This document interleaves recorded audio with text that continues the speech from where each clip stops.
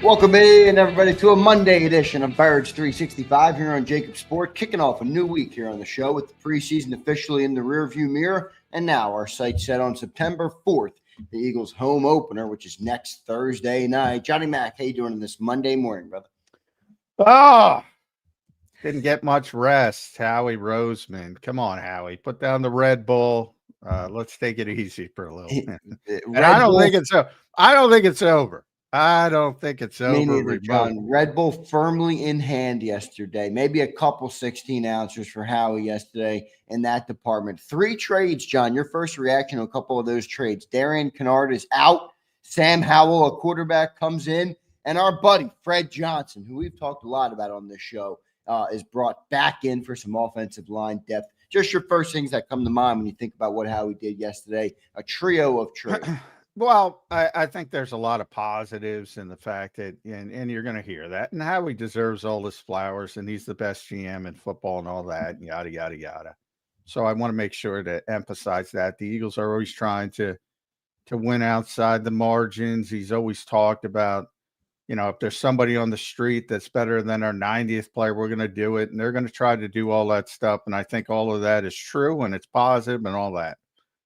But, my first immediate thought is, how bad was this 90-man offseason roster?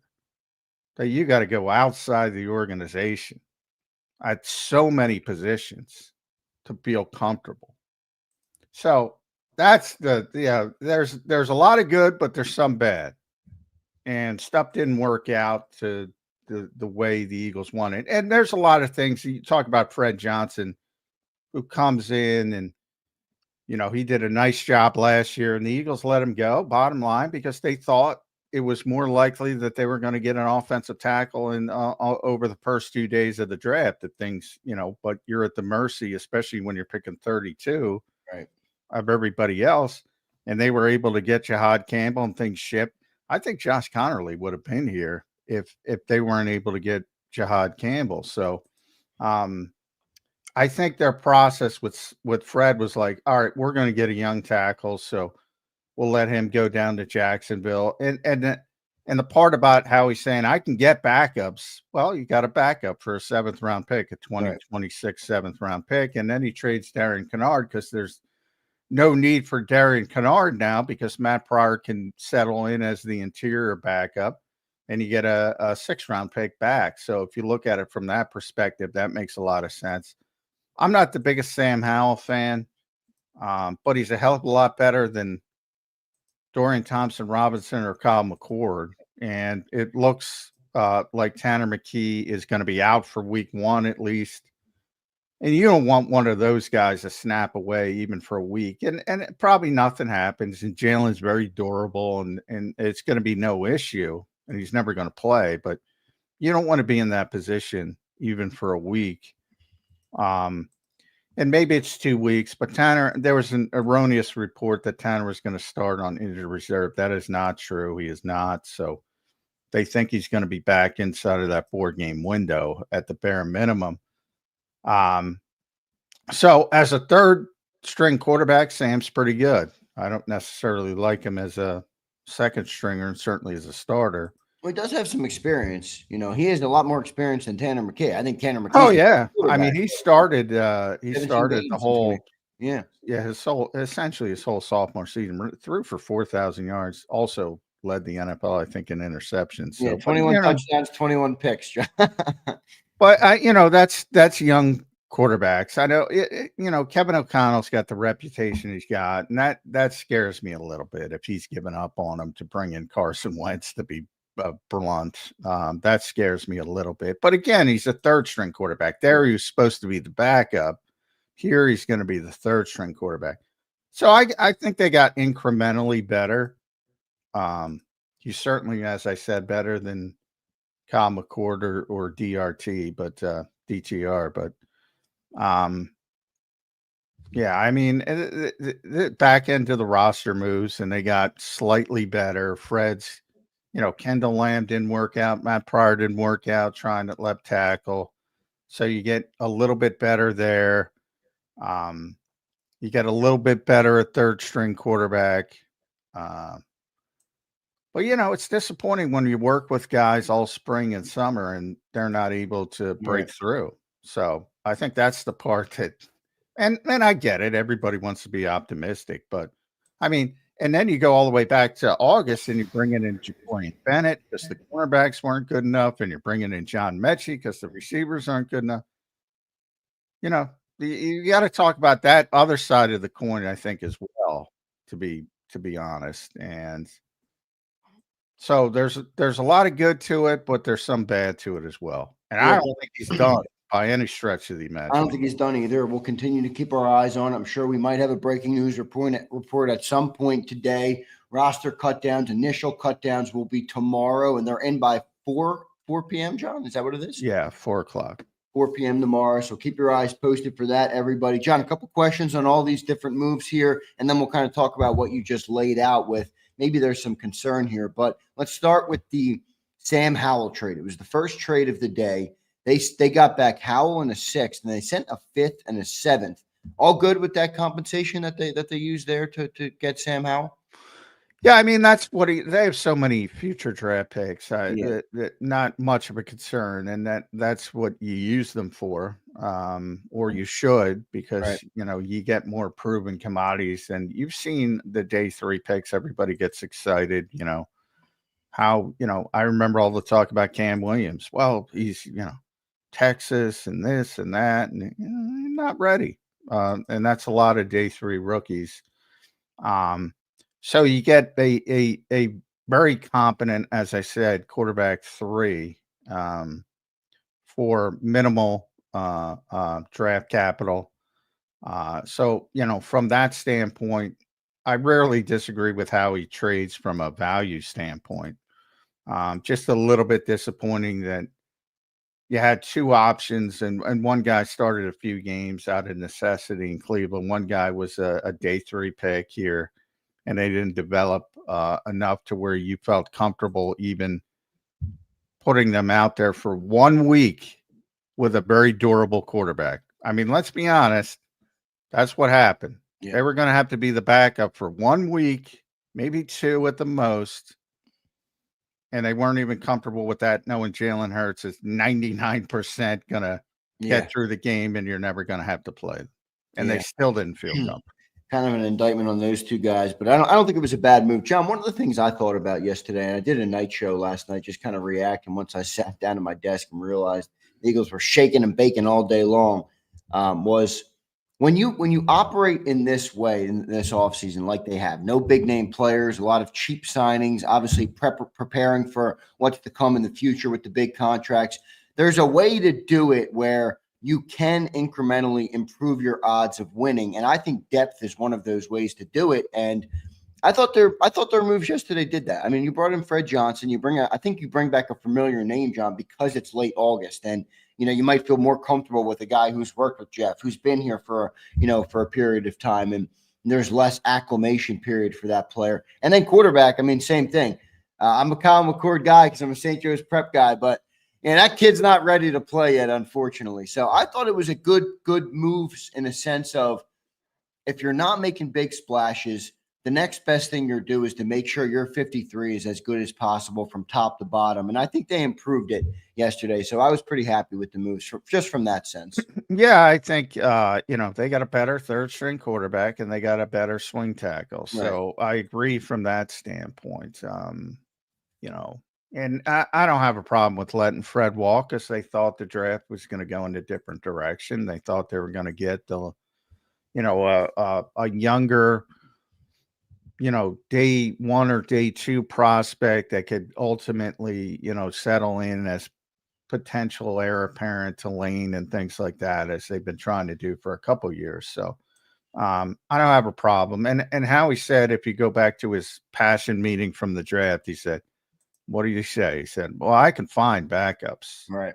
He wants guys with upside in the draft, and they took guys with upside, and some of them didn't work out. But he's proving what he said, he can find backups. But I think it's also emphasizing again, the strength of the Philadelphia Eagles is the top 20 or so players. Oh, yeah. That is That is the strength. That's what makes the Eagles the Eagles. And again, health is going to be so important because even though they got incrementally better, you don't want Fred out there for the season. You don't want Sam Howell out there. But yes, they got incrementally better. John, the litany of moves yesterday, one thing sticks out. No defensive players added to a team where defense looks like it will be the weakness. Now, you mentioned you don't think they're done. I don't think they're done. And I think a lot of people in the chat and maybe all across the Philadelphia region don't think they're done as well. Maybe across the NFL world don't think they're done. Why no defense? And do you think defense is coming? And if so, where is it coming? Yeah. They're going to get an edge rusher. I think you're right. It's coming. And if it doesn't come, it's not due to a lack of trying. Again, you always need two to tango, but they're looking at an edge rusher, and it might be more impactful than people. I'm not talking about Micah Parsons or Trey Hendrickson, but it may be more impactful than people think. Any names in mind? No, but other than some of the obvious ones that were talked about before, I don't know where Trayvon Walker is with Jacksonville. There's some injury concern, but they're going to have to give up big time compensation for a player like that. And they might be at the position where they would be willing to do it, understanding where they are. So wow.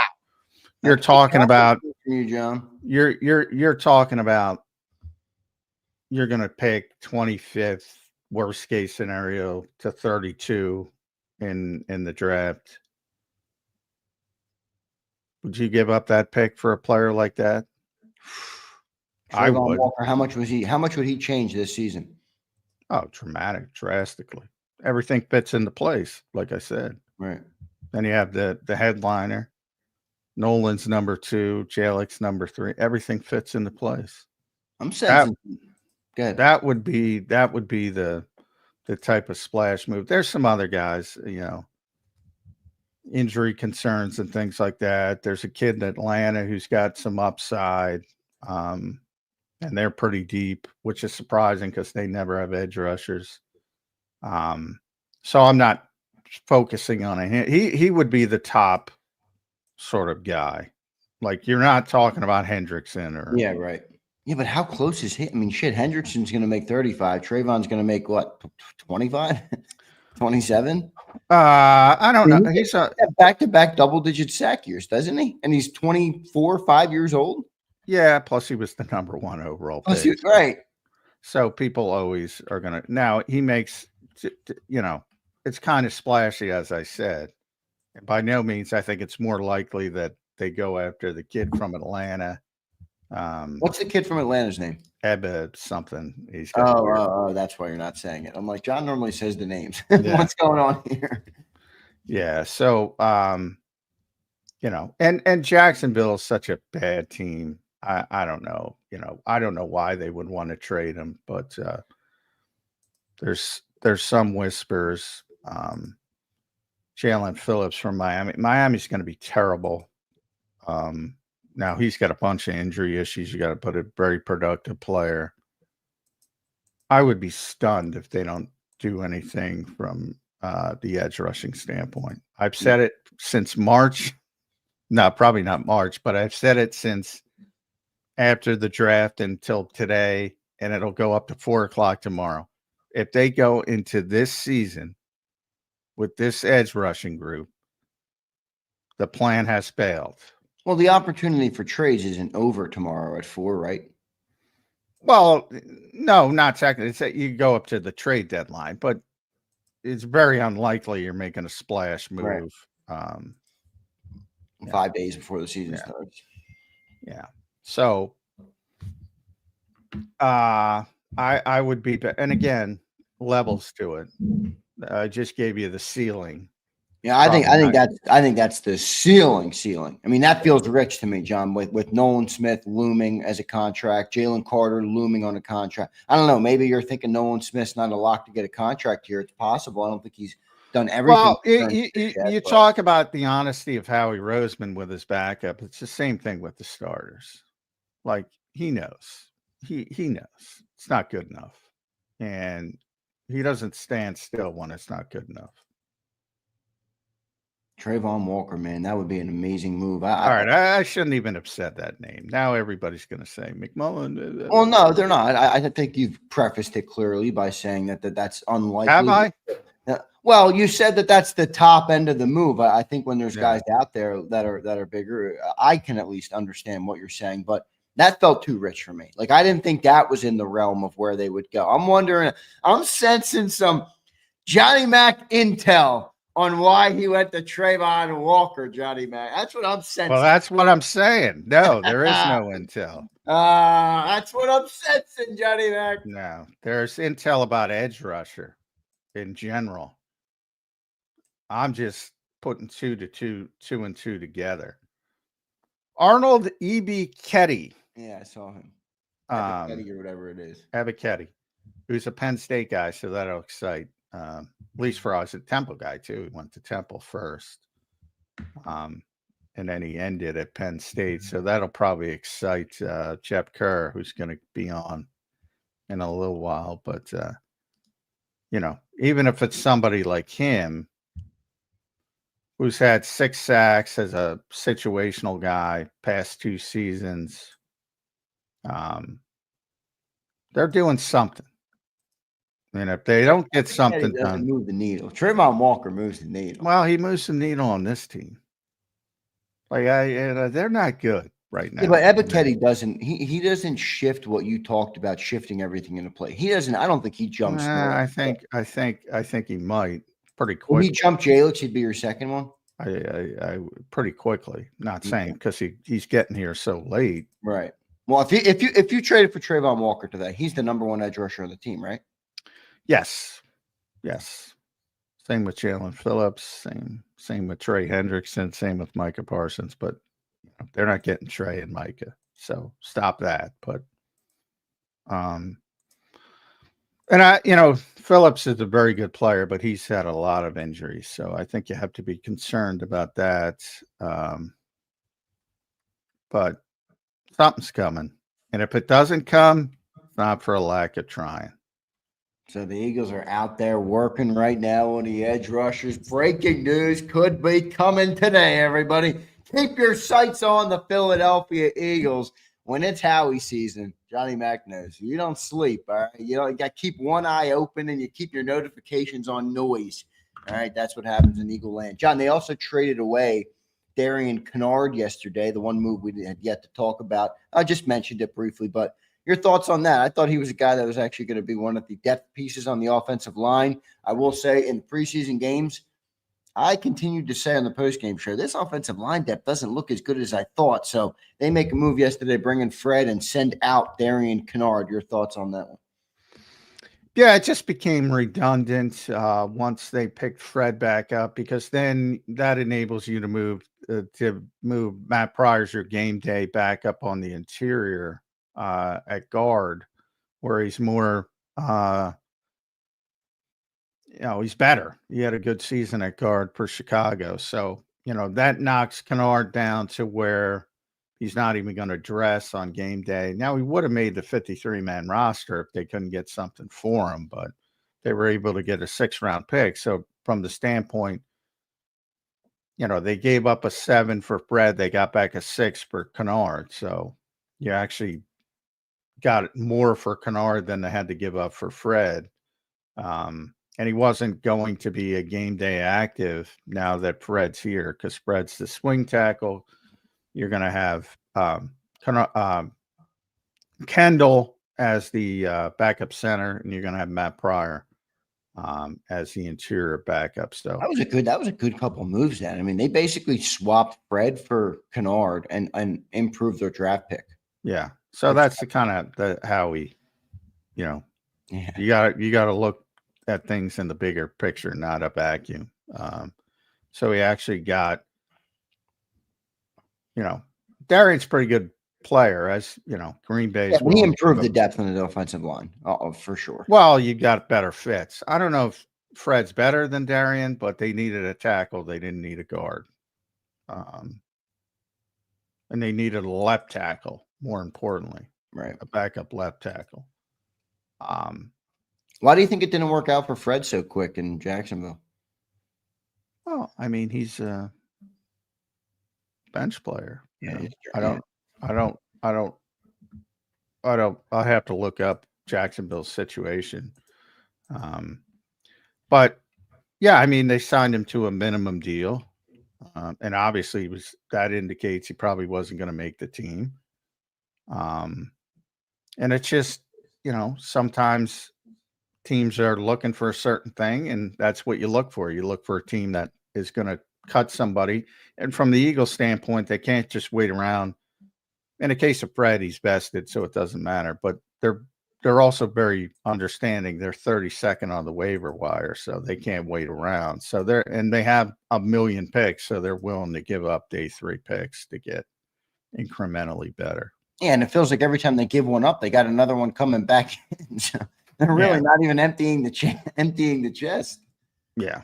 So a lot of good to it. The bad to it is it indicates that this 90-man roster wasn't as strong as it was perceived to be by a lot of people. I mean, we had Rick Saratello on Friday. Johnny said they're the deepest team in the NFL, the most depth in the NFL. I'm like, holy shit, Rick, that's not what I was hearing all summer. But I'll take the commentary. We got Jeff Kerr in the green room. 3 trades yesterday, everybody, for the Philadelphia Eagles. Tomorrow at 4 p.m. will be the initial roster cut. So we'll get a lot of information about who the Eagles cut, or try and, maybe play some roster games with some players. I'm sure they will do that. And then 10 days from now, the banner will drop. The Eagles, under the lights, will take on the Dallas Cowboys to kick off the 2025 NFL season as a whole. So that will be a great opening night game next Thursday night.